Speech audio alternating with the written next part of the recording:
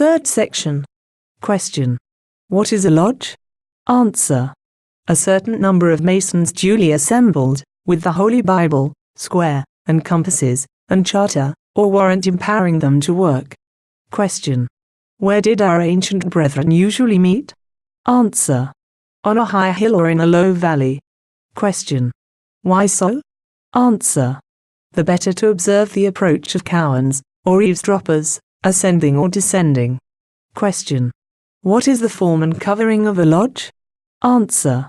An oblong square, extending from east to west, between the north and south, from the earth to the heavens, and from the surface to the center.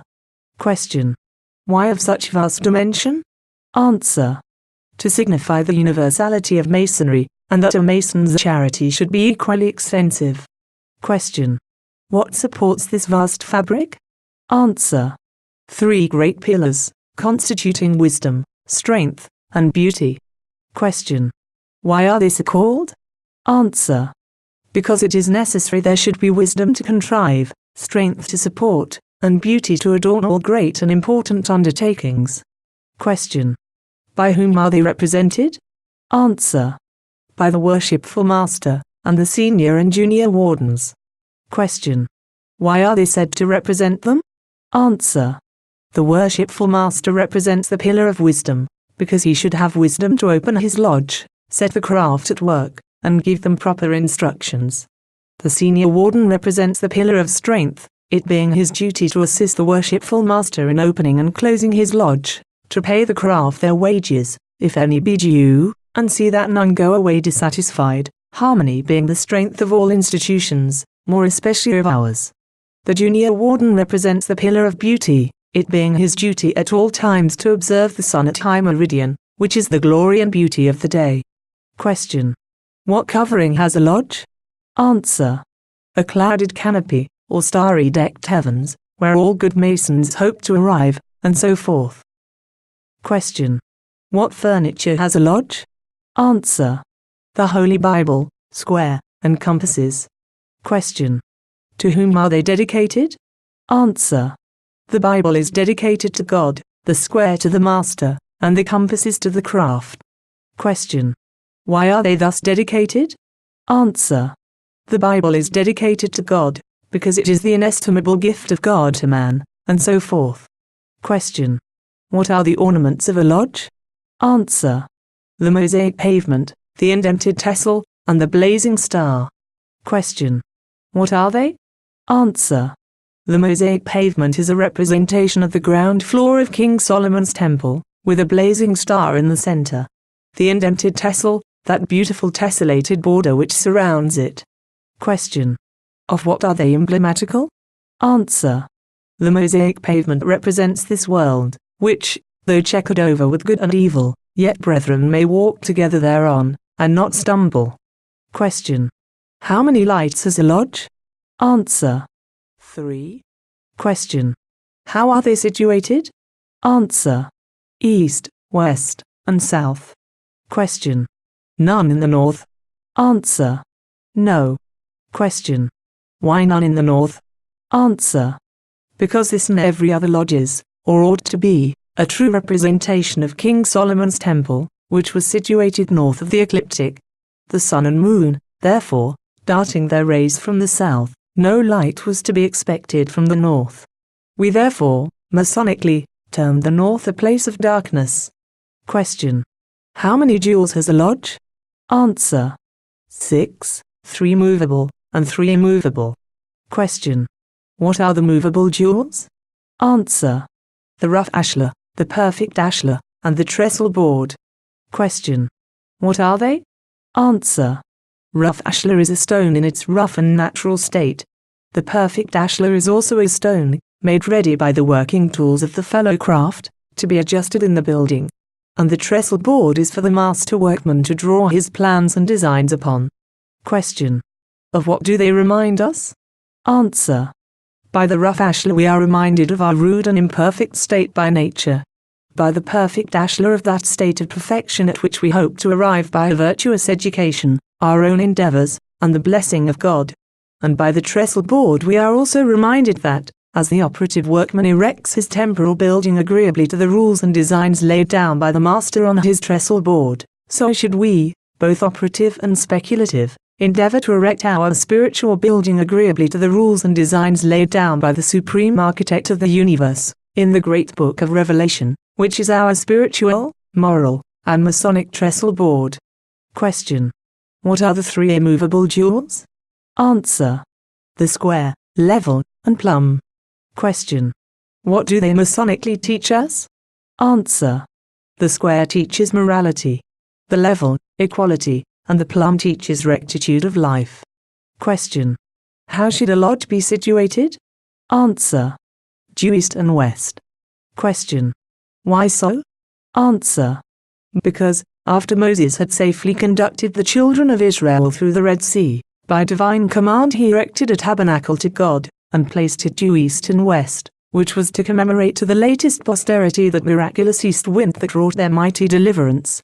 This was an exact model of Solomon's temple, since which time every well-regulated and governed lodges, or ought to be, so situated. Question. To whom were lodges dedicated in ancient times? Answer. To King Solomon. Question. Why so? Answer. Because it was said he was our most ancient Grand Master, or the founder of our present system. Question. To whom in modern times? Answer. To St. John the Baptist and St. John the Evangelist, who were two eminent Christian patrons of Masonry. And since their time there is, or ought to be, represented in every regular and well-governed lodge a certain point within a circle, the point representing an individual brother, the circle the boundary line of his conduct beyond which he is never to suffer his prejudices or passions to betray him. This circle is embodied by two perpendicular parallel lines, representing St. John the Baptist and St. John the Evangelist. And upon the top rest the Holy Scriptures. In going round this circle, we necessarily touch upon these two lines, as well upon the Holy Scriptures, and while a Mason keeps himself circumscribed within their precepts it is impossible that he should materially err. This ends the lecture on the Entered Apprentice's Degree. But very few Masons are sufficiently posted in these lectures to answer every inquiry respecting them. Not 1 in 100 ever gets them perfect. None but a few aspiring members seeking after office take the trouble to commit them to memory, and some of these do so very imperfectly. Most masters, at the present day, qualify themselves for the office of master by purchasing Richardson's or Avery Allen's Masonic exposures. These works have, of course, to be amended. On perusing the present work the reader will be greatly surprised at the striking resemblance it bears to the works just mentioned, especially in the lectures. But let him mark the alterations, principally at the commencement of each lecture. In some lodges the following lecture is used, especially in the northwestern states. Question. What are the points of your profession? Answer. Brotherly love, relief, and truth. Question. Brother. You informed me that I should know you by certain signs, and tokens, and words, and the points of your entrance. You have already satisfied me as to the signs and words. I now require you to explain to me the points of your entrance. How many, and what are they? Answer. They are 4, the guttural, the pectoral, the manual, and the pedestal, which allude to the 4 cardinal virtues, viz. Temperance, fortitude, prudence, and justice. Temperance is that due restraint upon our affections and passions which renders the body tame and governable and frees the mind from the allurements of vice. This virtue should be the constant practice of every Mason, as he is thereby taught to avoid excess, or contracting any licentious or vicious habit, the indulgence of which might lead him to disclose some of those valuable secrets which he has promised to conceal and never reveal, and which would consequently subject him to the contempt and detestation of all good Masons. This virtue alludes to the Mason's obligation, which is the guttural. Fortitude is that noble and steady purpose of the mind, whereby we are enabled to undergo any pain, peril, or danger, when prudentially deemed expedient. This virtue is equally distant from rashness and cowardice, and, like the former, should be deeply impressed upon the mind of every Mason, as a safeguard or security against any illegal attack that may be made, by force or otherwise, to extort from him any of those secrets with which he has been so solemnly entrusted, and which virtue was emblematically represented upon his first admission into the lodge, on the point of a sharp instrument pressing his naked left breast. This alludes to the pectoral. Prudence teaches us to regulate our lives and actions agreeably to the dictates of our reason, and is that habit by which we wisely judge, and prudentially determine, on all things relative to our present, as well as to our future happiness. This virtue should it be the invariable practice of every Mason never to for the government of his conduct while in the lodge, but also when abroad in the world. It should be particularly attended to in all strange and mixed companies, never to let fall the least sign, token, or word, whereby the secrets of Masonry might be unlawfully obtained. Especially, brother in Masonry, you should always remember your oath as an entered apprentice, while kneeling at the altar, on your naked left knee, your left hand supporting the Holy Bible, square, and compasses, your right resting thereon, which alludes to the manual. Justice is that standard or boundary of right which enables us to render to every man without distinction his just due. This virtue is not only consistent with divine and human laws, but is the very cement and support of civil society. And as justice in a great measure constitutes the real good man, so should it be the invariable practice of every Mason never to deviate from the minutest principles thereof. The charge you received while standing in the northeast corner of the lodge, your feet forming a right angle, was an allusion to the pedestal.